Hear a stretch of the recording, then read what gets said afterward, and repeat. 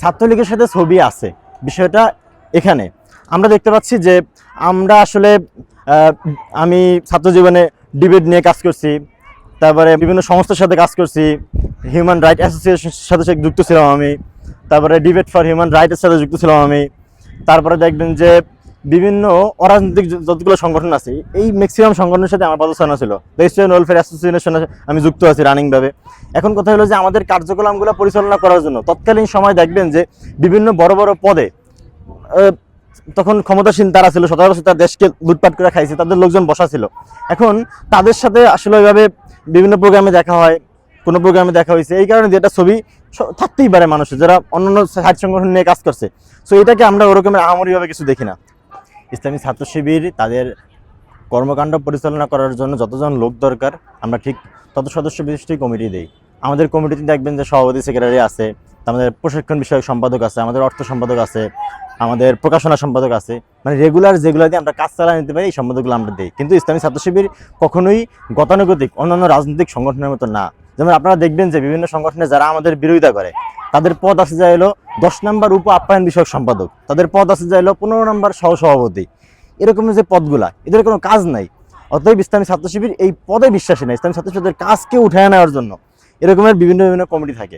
এবং দেখেন যে আমাদের বাংলা কলেজে ইসলামী ছাত্র শিবিরের প্রত্যেকটা ডিপার্টমেন্টে প্রত্যেকটা ইয়ারে আমাদের কমিটি আছে। এখন যাদের আসলে ছাত্রত্ব নাই, যারা ক্যাম্পাসে নিয়মিত ক্লাস করে না, যারা ক্যাম্পাসে কখনো আসে না, তাদের স্টুডেন্ট রিলেটেড কোনো কাজ নাই, তারা তো আমাদের কমিটিগুলো দেখবে না ভাই, এটা স্বাভাবিক। আমি যারা আমাদের এই কমিটি নিয়ে কথা বলে, আমি তাদেরকে চ্যালেঞ্জ করবো যে আপনাদের জুনিয়র যত ভাই ব্রাদার আছে, আপনারা সে যে ইয়ারই পড়ুক না কেন, সে রাষ্ট্রবিজ্ঞানে পড়ুক, সে অর্থনীতিতে পড়ুক, সে ইকোনমিক্স পড়ুক, ওই ইকোনমিক্স জিজ্ঞাসা করবো যে এখানে ছাত্র শিবিরের কারা আছে। দেখবেন যে 8 থেকে 10 জন অনায়াসে, 10 থেকে 15 জন অনায়াসে বলতেছে যে না এরা ছাত্র শিবির করে। তাইলে আমার কথা হলো যে আমাদের কার্যক্রমগুলো সবগুলো ওপেনে, তাইলে আমাদেরকে কেন এই ব্লেমটা দেওয়া হয় যে ইসলাম ছাত্র শিবির গোপনে কাজ করে, ইসলাম ছাত্র শিবিরের কমিটিতে 2 জন প্রকাশ করা হয়? এটা আমরা মনে করি যে খুবই হাস্যকর একটা ব্লেম আমাদের বিরুদ্ধে দেওয়া হয়, যেটা কোনো ভিত্তি আমাদের এখনো আমরা পাই নাই আর কি। জুলাইকে আমরা হৃদয়ে ধারণ করি আমরা বাংলাদেশের রাজনীতি করতে চাই। কিন্তু আমরা দেখতে পাচ্ছি যে একটা দল আধিপত্যবাদ কায়েম করার জন্য বাংলাদেশের রাজনীতি করতে চায়। আমরা দেখতে পাচ্ছি 5ই আগস্টের পরে আমাদের হলপাড়াগুলোতে মিছিল করে হলকে দখল করার চেষ্টা করছে একটা ছাত্র সংগঠন, কিন্তু পরক্ষণেই আবার শিক্ষার্থীদের তোপের মুখে তারা ওখান থেকে পিছু হটতে বাধ্য হয়।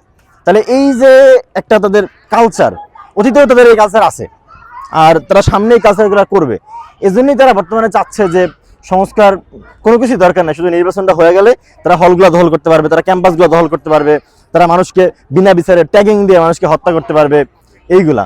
যেমন দেখেন, আরেকটা বিষয় আমি না আনলেই নয়, ইসলামী ছাত্র শিবিরকে নিয়ে এত বছর যেই পরিমাণে ট্যাগিং এর শিকার করা হয়েছে, বিশ্বজিৎকে ছাত্র শিবির ট্যাগ দিয়ে হত্যা করা হয়েছে, এবং দল মত নির্বিশেষে, হিন্দু হোক, সে মুসলমান হোক, সে আওয়ামী লীগ করুক, যে দলই করুক, কিন্তু তার দাঁড়িয়ে আছে, টুপি আছে, তাকে ছাত্র শিবির ট্যাগ দিয়ে তাকে মারাটা জায়েজ হয়ে গেছে বাংলাদেশে। এই কালচার আমরা বাংলাদেশে দেখছি, কিন্তু অন্যান্য দলের ক্ষেত্রে এটা আমরা দেখি নাই।